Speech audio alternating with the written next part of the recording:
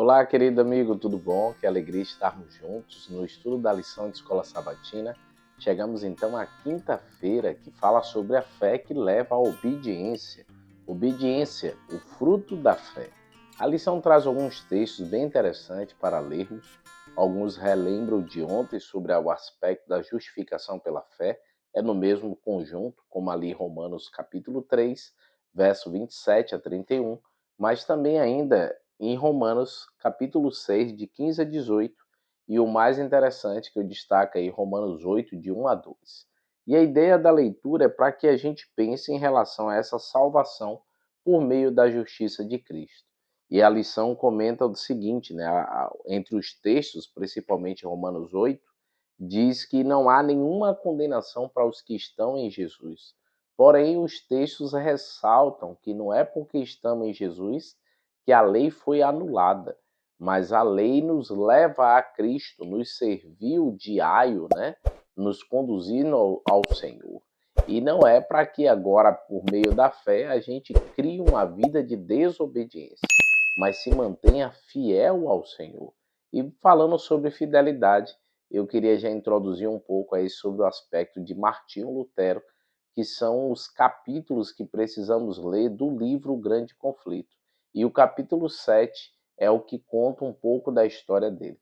Martinho Lutero veio de uma família pobre e seu pai tinha um sonho de ele se tornar um advogado.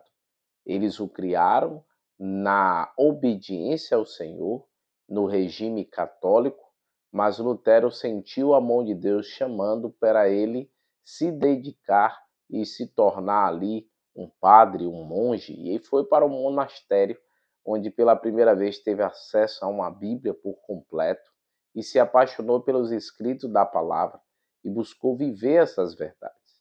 Se destacou como um acadêmico ao ponto de, quando terminou o seu período ali de estudo, foi convidado para trabalhar em uma outra região como professor, Wittenberg. Então ali ele tinha um mentor que o auxiliava, no qual era o seu supervisor, e estimulou Lutero não apenas a ser um professor, mas pregar a palavra ao povo. Ele se sentia limitado porque achava que não tinha como falar desse amor de Jesus. E uma certa feita, em sua peregrinação para Roma, ele então fez ali o que era de muitos o seu momento ali de obras, né? E subiu as escadas, as escadarias que tem em Roma, dizendo que foi trazida de Jerusalém até Roma, a escadaria de Pilatos, e no meio daquela escada ele lembrou de Romanos 1,17, no qual entendeu que o justo vive pela fé. E ao voltar para a sua terra, recebeu o título de divindade. E assim Lutero começou a pregar ao povo e estranhou que ali tinha o Thyssen, acho que é mais ou menos assim a pronúncia, que era um vendedor de indulgências, e Lutero via claramente que aquilo estava contra a palavra de Deus. O enfrentou ao ponto disso chamar a atenção de Roma, e depois ele fez ali sua 95 tese de justificação pela fé e anexou a porta de Wittenberg, onde ele destacava a importância da fé que nos salva e nos conduz a Cristo. E então, assim, Lutero foi obrigado pela igreja, queria que se retratasse, não queria ouvi-lo, e foi onde Lutero disse que a sua mente estava cativa à palavra de Deus. Se o convencesse de acordo pelas Escrituras, ele poderia mudar. E os argumentos eram a favor da tradição, palavras de homens, e não as palavras do Senhor, e Lutero não mudou.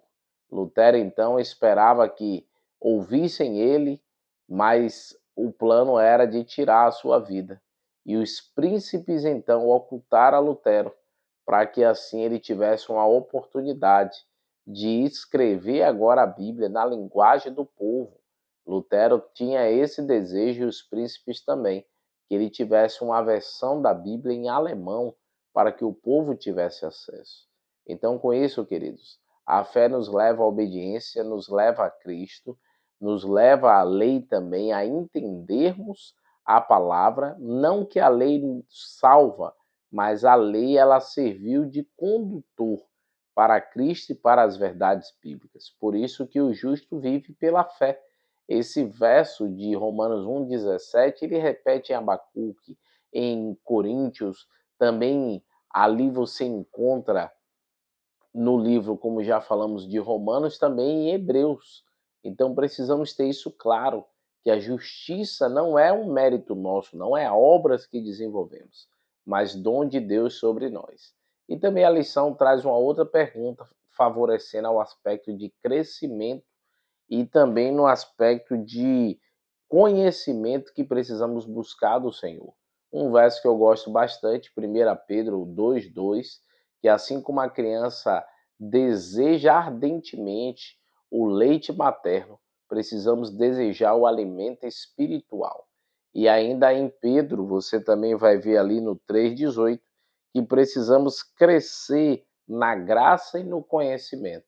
Deus espera que, assim como os reformadores que buscaram estudar, crescer no conhecimento, o seu povo nos dias atuais busque conhecimento, busque receber o Espírito Santo para serem instrumentos fiéis na condução que o Senhor quer para as suas vidas. Por isso, queridos, ao estudar o que foi feito no passado e a palavra de Deus, que isso te dê ânimo para prosseguir em meio às batalhas da vida. Deus os abençoe e vamos orar nesse momento. Querido Deus, ó Pai, abençoe a cada amigo do canal. Obrigado porque estudamos mais uma vez a Tua palavra por meio da lição. Dê-nos um dia feliz, mas também o desejo de a cada dia mostrar às pessoas que em Ti há oportunidade de salvação e que o Senhor quer nos salvar do pecado e guiar-nos no serviço. Cuide de nós, no nome de Cristo Jesus. Amém, Senhor. Deus os abençoe, queridos. Tchau, tchau e até amanhã. Amanhã a gente se dedica aí aos capítulos que faltam do livro Grande Conflito. Vai ser o nosso estudo adicional, tá bom? Tchau, tchau.